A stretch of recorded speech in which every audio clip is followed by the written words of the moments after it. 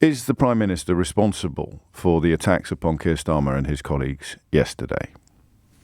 And the answer is obviously yes, but only in part. And the reason I would say that to you is because the element of the abuse and attack directed at the leader of the opposition that focused directly and was spawned directly from Boris Johnson's lie in the House of Commons, which he has attempted, obviously, to sort of retreat from without admitting that he lied in the first place,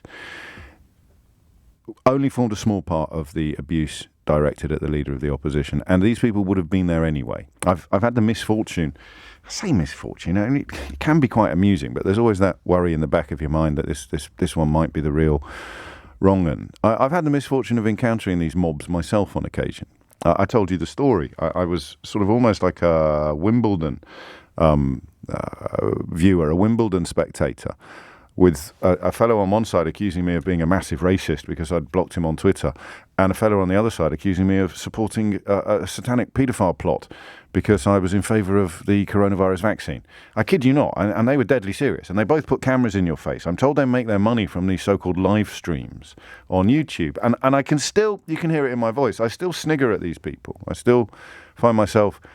I still find them completely ridiculous. But then one wonders, I wonder how many people have not got themselves vaccinated because of watching these idiots on YouTube. I wonder how many people have genuinely persuaded themselves that there's a satanic paedophile conspiracy.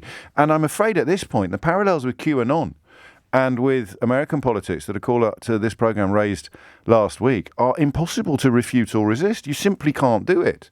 You know, the idea that Keir Starmer is part of some conspiracy to protect paedophiles like Jimmy Savile, which was the clear accusation being levelled at him yesterday, is born of exactly the same toxic, bonkers rhetoric that spawned the whole QAnon movement. And I think Boris Johnson knew exactly what he was doing when he threw it into the mix. And I now have even more sympathy for the non-mad elements of the American media than I had when they were trying to cover Donald Trump's lies. Because what do?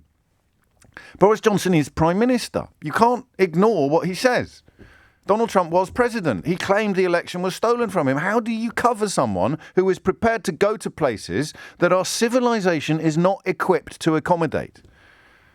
Our civilization is equipped to accommodate dangerous liars on YouTube. We've seen the damage that they can do on Facebook, but our societies, our political frameworks are not structured in a way that can accommodate the men at the very top of the pyramid engaging in the sort of dangerous lies that you would expect from Piers Corbyn or some bloke on Fox News. I mean, it's bad enough that some bloke on Fox News and Piers Corbyn get any form of public platform, but that's the price you pay for freedom of expression. What we are not equipped to do is cope with calumny from the top. All politicians are liars. Yes, but there are lies and there are lies. There are opinions that turn out to be wrong. There are predictions that turn out to be false. And then there are barefaced lies. There are deliberate and obvious lies. I thought I was at a work gathering when in fact I was at a party. And then I wasn't accusing Keir Starmer of failing to prosecute Jimmy Savile when I accused Keir Starmer of failing to prosecute Jimmy Savile. Here's the transcript. Here are the words of him doing it. Here's him claiming that he didn't. And it creates something that is terrifying. And people will be falling for it. And I'm sorry, I know this upsets you sometimes, but not everybody who falls for it deserves to be attacked. Not everybody who falls for it should prompt disgust in your mind. A lot of these people mean well. And they really believe the crud that they're being fed. You couldn't expect me to make an observation about that without mentioning Brexit. And on this side of the Atlantic, that's where so much of this flows from. So much of it flows from there. Believing things that aren't true and then being forced by a combination of politics and personality to double down and treble down and quadruple down in support and in defence of things that you now know not to be true, or things that perhaps you knew all along would not be true.